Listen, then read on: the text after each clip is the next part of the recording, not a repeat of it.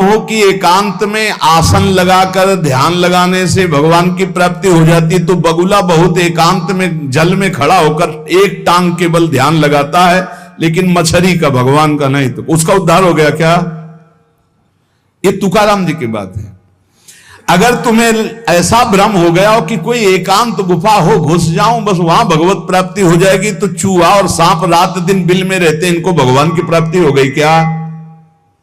तुकाराम जी से जब प्रश्न किया गया कि क्या गृहस्थाश्रम में भगवान की प्राप्ति ऐसे हो जाएगी जो विरक्तों की हो जाएगी, बहुत ध्यान से सुनिए, सिद्ध संत है, वो कह रहे हैं कि पागल मत बनो, भगवान की प्राप्ति भगवान के भजन करने से होती, वो गृहस्थी में भी हो जाएगी। अगर तुमको लगता है कि वन में रहने से भगवान मिल जाते हैं, तो हिरण को मिल जाते, खरगोश को मिल जाते, बाघ को मिल जाते, सब ब्रह्म प्राप्त हो जाते।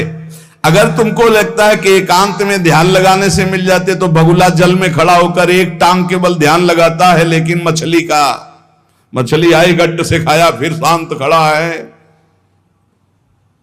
बगुला को नहीं मिला। फिर कहते हैं कि एकांत गुफा में घुसने से भगवान मिल जाते, तो चूहा और सांप बिलई में रहते हैं रात दिन, उनको भगवान मिल जाते। तो इसलिए हम तुमसे कह रहे हैं कि ये ची चपड़ की बातें छोड़ो। तुकाराम जी कह रहे हैं घर में विट्ठल का मंदिर बना, घर को ही विट्ठल का मंदिर बनाओ, ठाकुर विराजमान करो, आप सेवक हो जाओ, बढ़िया भोग लगा के पाओ, नाम कीर्तन करो, कथा वार्ता करो, अपने कर्म को भगवान को अर्पित कर दो, भगवान की प्राप्ति हो जाएगी। बहुत सहज है गृहस्थ में भगवत प्राप्ति करना।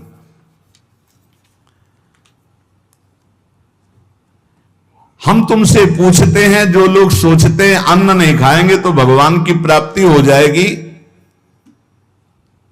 तो कितने ऐसे जीव हैं हमारी प्रकृति में? तुकाराम जी कह रहे हैं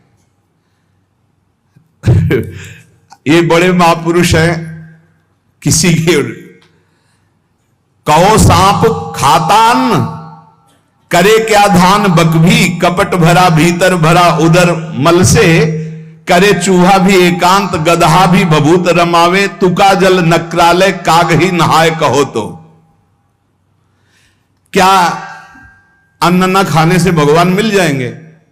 अगर हां, तो बहुत से पक्षी ऐसे हैं जो केवल फलाहार रहते हैं, बहुत से ऐसे हैं जो घास चर के रहते हैं, ना वो अन्न खाते हैं ना कुछ और, कुछ है फलाहार, कुछ है तृण चरते हैं, कुछ है पानी पी के केवल रहते हैं। भैया केवल पानी से इन सबको भगवत साक्षात्कार हो जाता है क्या?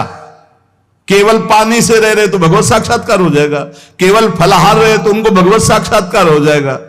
तुकाराम जी कहते कितने हैं वायु भक्षण करते, केवल वायु पी करके जीते हैं, भीतर कपट भरा है, बाहर ये सब छोड़ रहे हो, कुछ लाभ नहीं मिलना है। चूहा बिल में एकांत में रहता है, भगवत प्राप्ति हो गई। गदहा खूब धूल में ऐसे लौटता, धूल लगाने से तो क्या उसे भगवत प्राप्ति हो गई, महापुरुष है। जल में घड़ियाल रहता है, भगवत प्राप्ति हो गई। कौआ भी जाके गंगा स्नान करता है, जल स्नान, भगवत प्राप्ति हो गई। भैया जब तक भजन नहीं तब तक भगवत प्राप्ति नहीं, बाहरी क्रियाओं से। तुकाराम जी कह रहे हैं तुम्हारे हृदय में बुराई भरी हुई है और बाहर से साधु का वेश बनाए हो, तो तुम्हें भगवत प्राप्ति हो जाएगी। अरे चाहे वायु भक्षण करो, चाहे तुम ध्यान का नाटक करो, चाहे एकांतवास करो, चाहे भस्म लेपन करो, चाहे जल में खड़े हो जाओ, चाहे जितना अनुष्ठान करो, जब तक भजन नहीं करोगे भगवान का, तुम्हारी बुद्धि निर्मल होने वाली नहीं, बाहरी क्रियाओं से कोई लाभ नहीं। तुकाराम जी कह रहे हैं भक्ति मुक्ति दिलाने वाली है समस्त भव बंधनों से। रात दिन अपने प्रभु का नाम जप कर रहे, चिंतन कर रहे। एक गृहस्थ आए थे, बहुत अच्छी स्थिति, नेत्रों में नेत्र मिला के जब बात किया तो बड़ा संतोष। जब जाने लगे तो कहा 1 मिनट रुको, इसे मुख पे बड़ाई नहीं करनी चाहिए, पर आप सावधान रहना, बहुत अच्छी स्थिति, संभाल के निकल जाओ। बस उन नेत्रों से ऐसे किया, चुपचाप गंभीर मुद्रा, प्रश्न बहुत जोर का, और स्मरण में बिल्कुल तन्मयता, एक एक चेष्टा उनकी बता रही थी।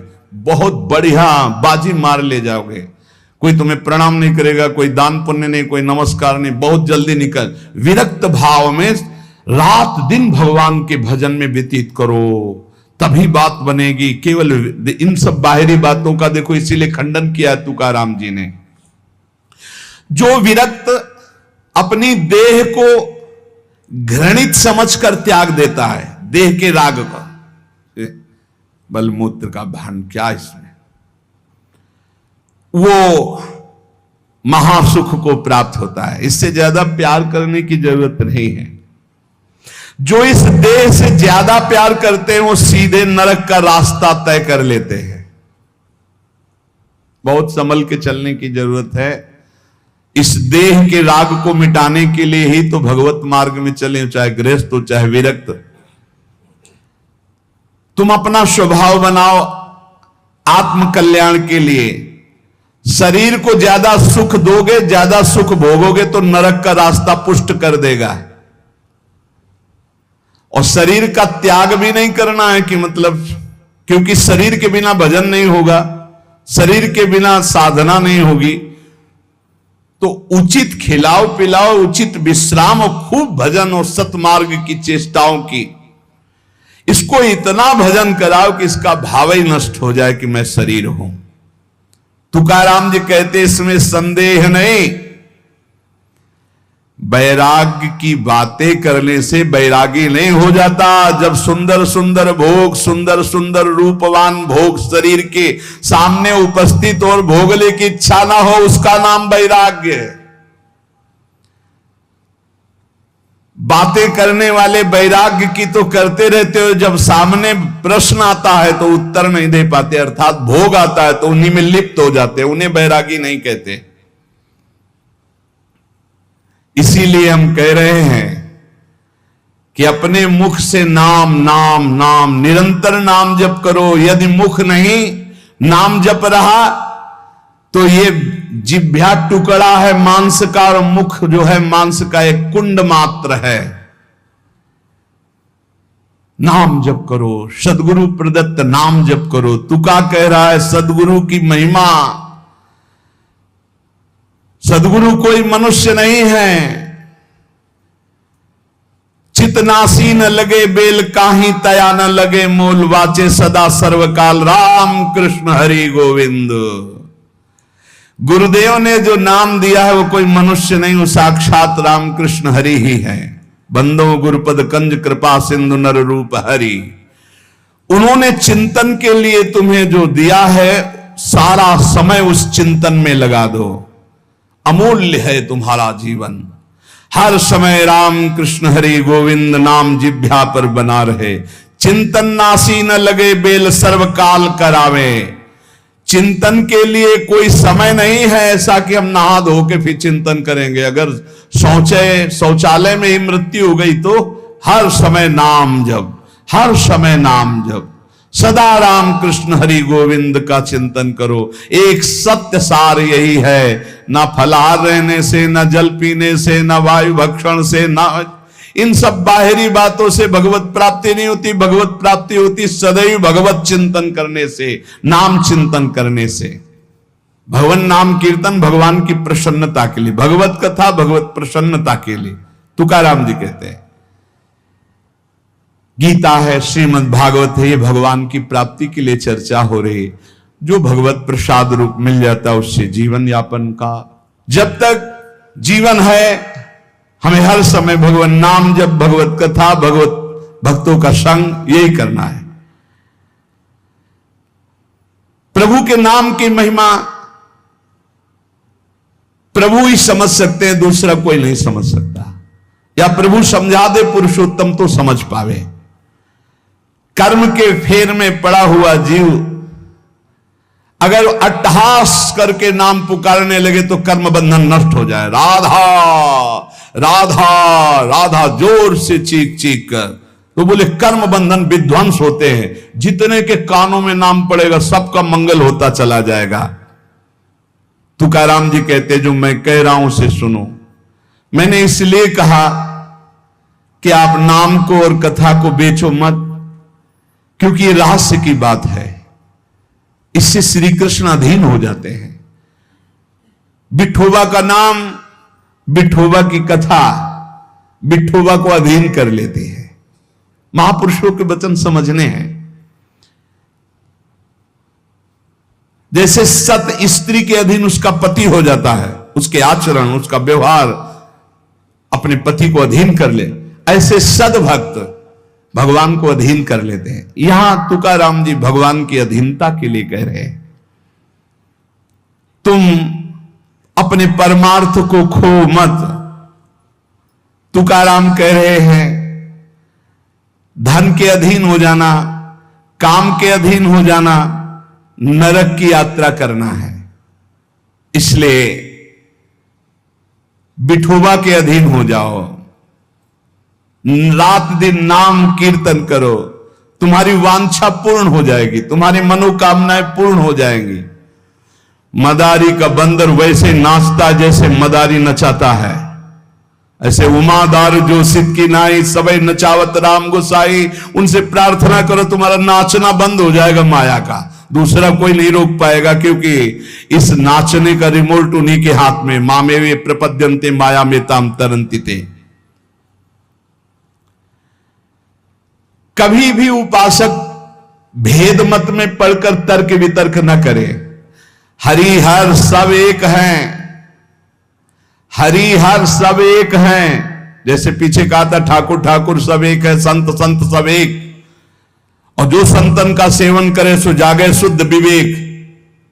ऐसे यहां कह रहे तुकाराम जी के हरिहर में भेद नहीं है।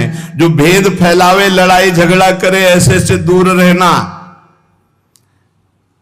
मिठास में चीनी है, चीनी के खिलौने बने हैं। एक सवार बना हुआ है, एक घोड़ा बना हुआ है। दोनों में चीनी क्या कम है क्या? बराबर चीनी है।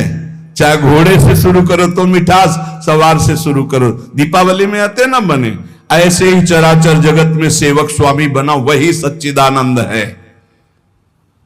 हरिहराम भेद नाही नका करुम वाद, एक एकाचे हृदयम गोडी साखे रेचे ठाई। जहां हरिहर में कोई भेद करके निंदा करने लगे, वहां से कान में उंगली डाल के चल देना चाहिए। एक ही परम तत्व है। ये झूठ मूठ अज्ञानी जन बहस करते रहते हैं। इनके हृदयों में बिल्कुल भगवदानंद की मिठास नहीं है। इनकी बातें नहीं सुननी चाहिए। भेद करने वालों की दृष्टि में जो माया का पर्दा लगा हुआ है, भक्तों की दृष्टि में वो पर्दा नहीं होता। वो बेपर्द देखते हैं कि सर्वत्र एक ही भगवान विराजमान है। जो सर्वत्र एक ही भगवान विराजमान ऐसा मान लेते हैं, उनके आगे पीछे दाएं बाएं भगवान की रक्षा शुरू हो जाती है। ध्यान रखना। जो सर्वत्र अपने भगवान को देखते कि सब रूपों में मेरा ही भगवान है, तो कह रहे देवु उभा मांगे पुंडे उगवी कोंडे संकटा। कोई संकट उसे छू नहीं सकता। चारों तरफ से भगवान की सुरक्षा रहती है उस भक्त के जीवन में। विश्वास करो इस बात पर। चारों तरफ से भगवान सुरक्षित रखते हैं। और जो सदैव संतों का स्तवन करके भगवान का भजन करता रहता है, उसमें कोई ऋण नहीं रह जाता। यह भी एक प्रश्न आया था कि देव ऋण, ऋषि ऋण, मातृ ऋण, पितृ ऋण, इनसे कैसे ऋण हुआ जाए। क्या कह रहे हैं तुकाराम जी? जो संतों का स्तवन करता है, उसके हृदय में भक्ति होती, जो भगवान का भक्त होता है, उसका कोई ऋण नहीं रह जाता। सब ऋण मुक्त हो जाते हैं। एकादश स्कंद में भगवान श्री कृष्ण चंद्र जी ने उद्धव जी से कहा है, जो मेरा अनन्य भाव से निरंतर चिंतन करता है, उसे मैं सब ऋणों से मुक्त करता हूं। देव ऋण, ऋषि ऋण, पितृ ऋण, मातृ ऋण। इनसे उऋण होने के लिए प्राणपन से श्री हरि के चरणों का चिंतन करो। जैसे जैसे कोई भगवान का ध्यान करता है, तो भगवान का प्रभाव उसमें उतरने लगता है। चाहे वो सगुण चाहे निर्गुण, जैसा चाहे वैसा साक्षात्कार कर लेता है। ये बहुत बड़े महापुरुष के वचन हैं, बहुत ध्यान से सुनो, पकड़ो। तुम्हें किसी के आगे घिघियाने की जरूरत नहीं। भगवान का स्मरण करने की जरूरत है, भगवान का ध्यान करने की जरूरत है। जैसे जैसे कोई भगवान का ध्यान करता है तो भगवान के सब सद्गुण उसमें आने लगते हैं। चाहे वो सगुण साक्षात्कार करना चाहे या निर्गुण साक्षात्कार, उसमें योग्यता आ जाती है। ज्ञाने विठ्ठल ब्रह्मो नवे त्वाचे बोलो नाई कावे। महाराष्ट्र भाषा में कहते हैं मेरे तो सर्वस्व ब्रह्म विठ्ठल भगवान है, तुकाराम जी कह रहे हैं। अब मुझे किसी की बात सुनने की जरूरत नहीं है कि ब्रह्म कौन है, मेरे तो विठ्ठल ब्रह्म है जो वाणी से अगम्य है। मैं उसकी स्तुति क्या करूं? वेद भी जिसकी नेति नेति कह के चर्चा करते हैं, मैं उसकी क्या चर्चा कर पाऊं? पर मेरी वाणी को नशा हो गया है उनकी चर्चा करने का। आहा, मेरी वाणी को नशा हो गया, बिना उनकी चर्चा किए, बिना कीर्तन किए, बिना गुण गाए हमें चैन नहीं पड़ सकता। कोई ना हो तो ठाकुर जी को श्रोता बना के सुनाने लगो, ऐसा नशा होना चाहिए। सुनो, अपनी चर्चा आप ही सुनो, ठाकुर जी के सामने बैठ जाए और वाणी लेकर उन्हीं की चर्चा उन्हीं को सुनावे। संसारिक आदमी कर्मेंद्रियों से प्रेरित होकर कर्म करता है, वासना से प्रेरित होकर नाना प्रकार के सुख दुख भोगता है, पर हम कायिक, वाचिक, मानसिक केवल अपने विठ्ठल के लिए कर्म करते हैं। ये बात समझो। संसारिक आदमी कर्मेंद्रियां भाग रही भोगों की तरफ, कर्म करता है, पाप या पुण्य, सुख या दुख भोगता है।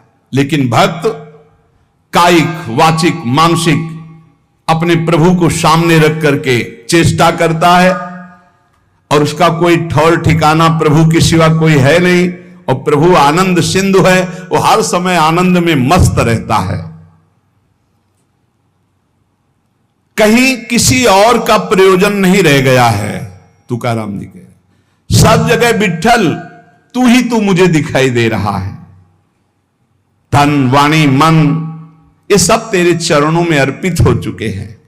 भगवान, अब मेरा कुछ नहीं बचा, केवल आप ही मेरे बचे हो। ये हम लोगों के लिए आदर्श वचन है। हमें ऐसा होना है, प्रभु के सिवा हमारा कोई नहीं।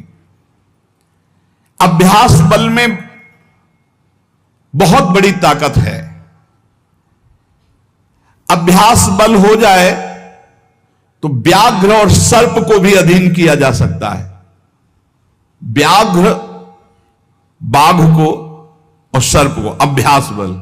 देखो, जो बचपन से अभ्यास करवा लिए सिंह आदि का, तो ऐसे बछड़े की तरह हाथ फेरते हैं, साथ खेलते हैं, कोई फर्क। सांप पकड़ने वाले जो सर्प मित्र होते हैं, इतना बड़ा अभ्यास कि बड़े से बड़े विषैले सांप को 5 मिनट में अपने वश में करके, व्याघ्र और सर्प को अपने वश में किया जा सकता है। अभ्यास से विष को पचा लिया जाता है। जब उड़िया बाबा ने सुना कि एक महात्मा 10 ग्राम संख्या जहर रोज खाते हैं, तो उनका इसमें तो 10 आदमी मर जाए, ऐसा हो ही नहीं सकता।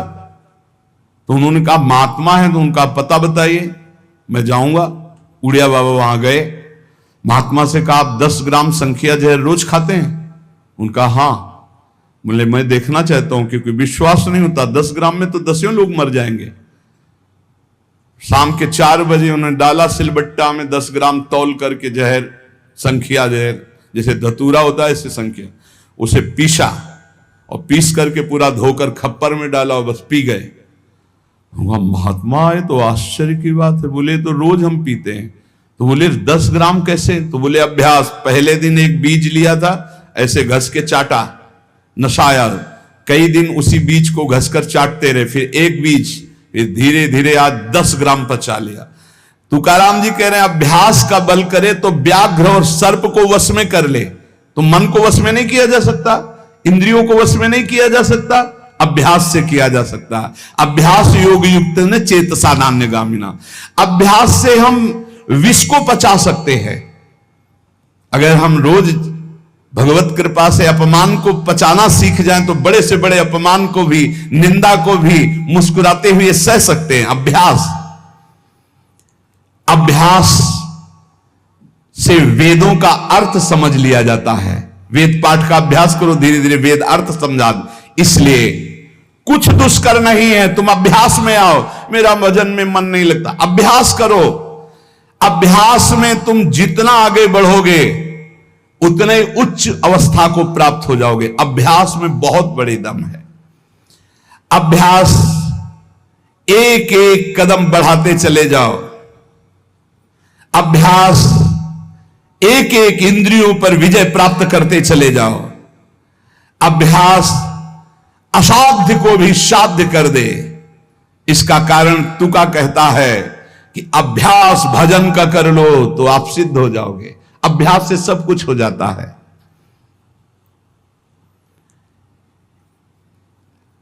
संत जब घर आते हैं तभी दशहरा और दिवाली माननी चाहिए, जो भगवत प्रेमी महात्मा है। बहुत बड़ा प्रभाव है, इसीलिए उस प्रभाव का दुरुपयोग असाधुजन कर बैठते हैं। मूर्तमान परम पवित्रता और तीर्थ चलकर आज आ रहा है, ऐसा अनुभव होता है जब संत आते हैं। आज ही दिवाली दशहरा श्री साधु संत आले घरा, तुकाराम जी कह, आज ही हमारी दिवाली और दशहरा हो गया, क्योंकि भगवत प्रेमी महात्मा हमारे घर पधारे या भगवत प्रेमी महात्मा का सानिध्य मिला। साधु संत एति घरा तोची दिवाली दशहरा, हमारे लिए उत्सव है जब भगवत नाम जापक भगवत प्रेमी महात्मा आए, उनका चरणोदक लिया, उनकी वंदना की और बैठ करके उनसे हम भगवत चर्चा की। ऐसे जो भक्तजन हैं उनके संग का परिणाम क्या होता है कि भगवत साक्षात्कार के लिए छटपटाहट पैदा हो जाती है। जैसे जल से मछली को निकालो तो विकल होकर तड़पने लगती है। जीवना वेगली मासूली तुका तैसा तलमली, जैसे जीवन के लिए मछली जल के लिए तड़पने लगती है, बाहर हटा दो, ऐसे सत्संगी का जीवन तड़पने लगता है भगवान की प्राप्ति के लिए। तभी माना जाएगा सत्संग हुआ है। सत्संग का यह फल है। बड़े भाग पाइप सत्संगा, बिना प्रयास होई भवभंगा। संत आधि देवा मग, अगर एक तरफ बड़े बड़े देवता खड़े हो, एक तरफ संत खड़े हो, तो पहले आराधना किसकी करनी चाहिए? तो बोले देव सरावे परते संत पूजावे आरते। पहले संत सेवा, बाद में देव पूजा। जैसे लब्ध्वा जन्म मर प्रार्थ्यम मानुष्यम, ये मनुष्य जन्म जो प्राप्त हुआ है इसकी सार्थकता भगवत प्राप्ति है। और देव आराधन से नहीं होगी, ये संत आराधन से होगी, जो भगवत प्रेमी महात्मा है।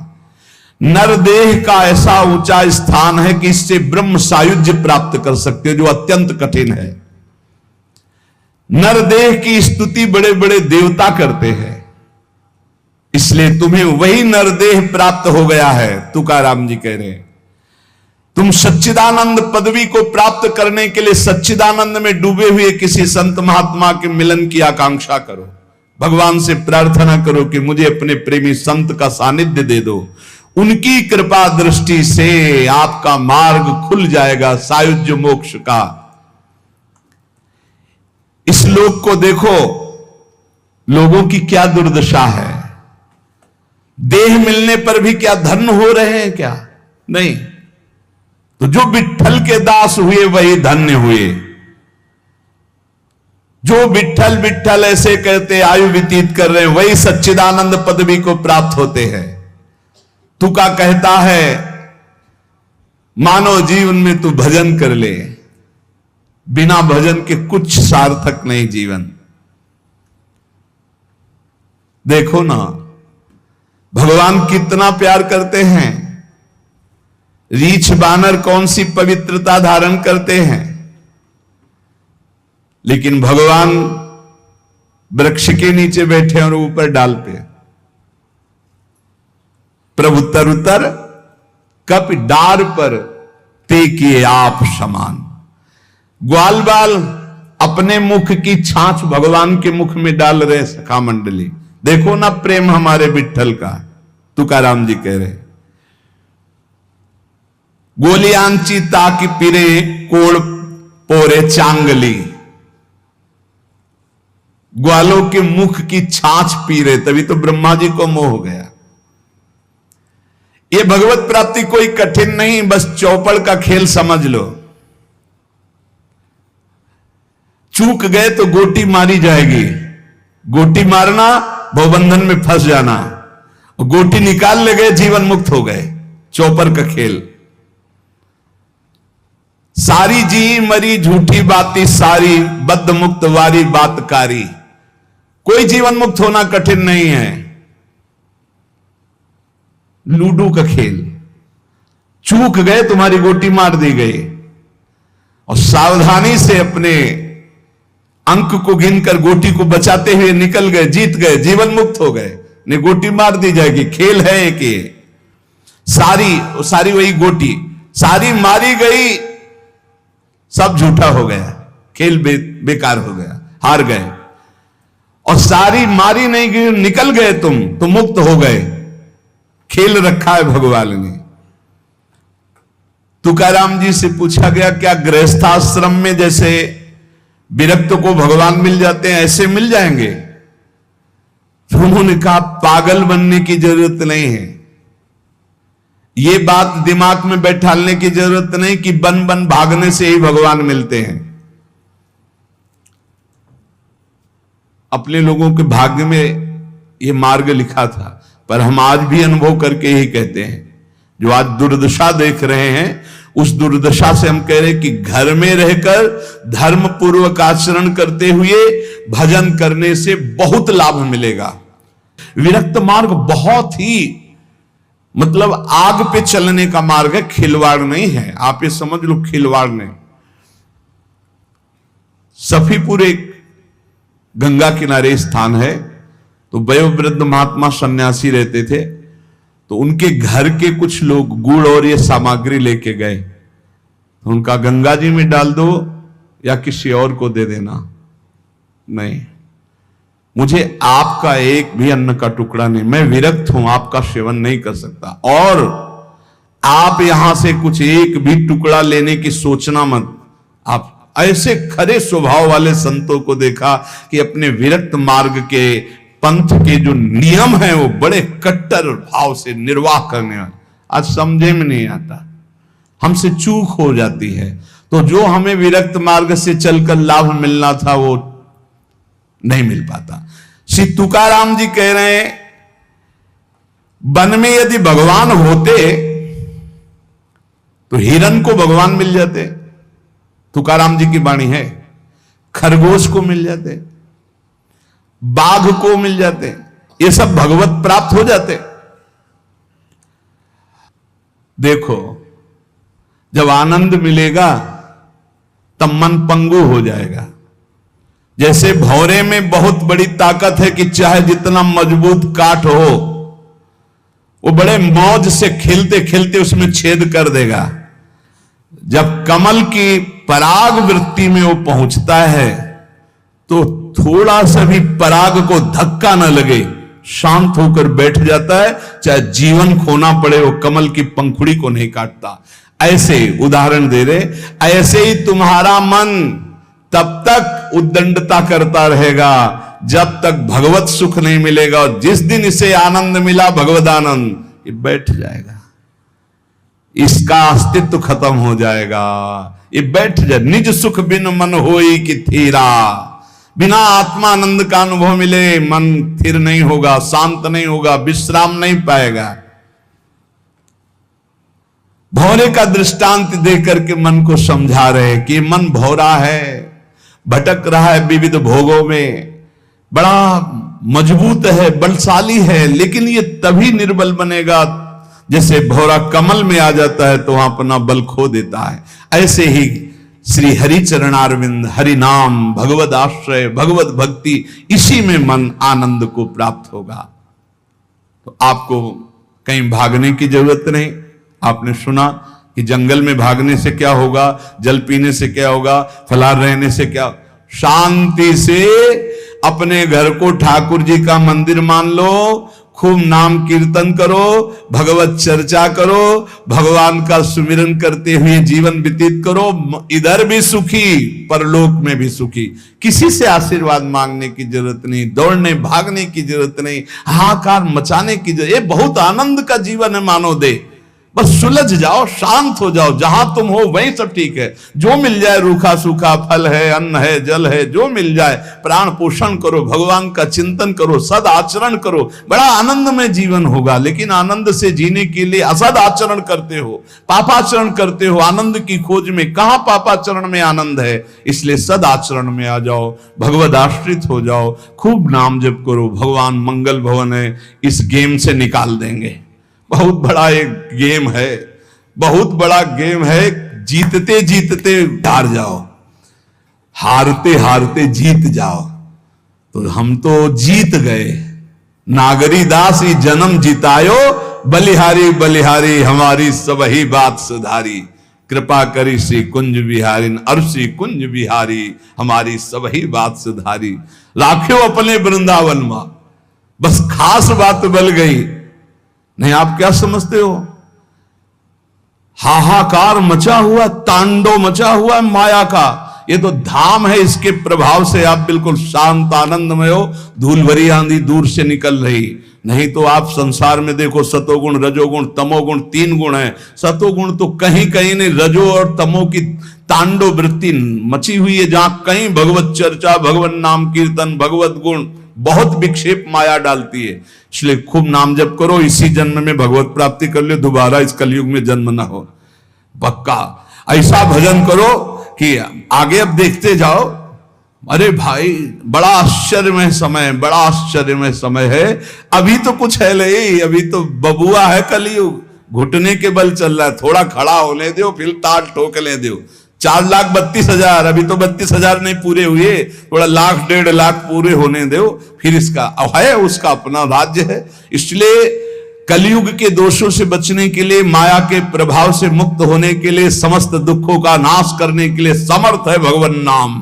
खूब नाम जप करो, नाम कीर्तन करो, भगवत चर्चा करो, इसके सिवा कोई उपाय नहीं है।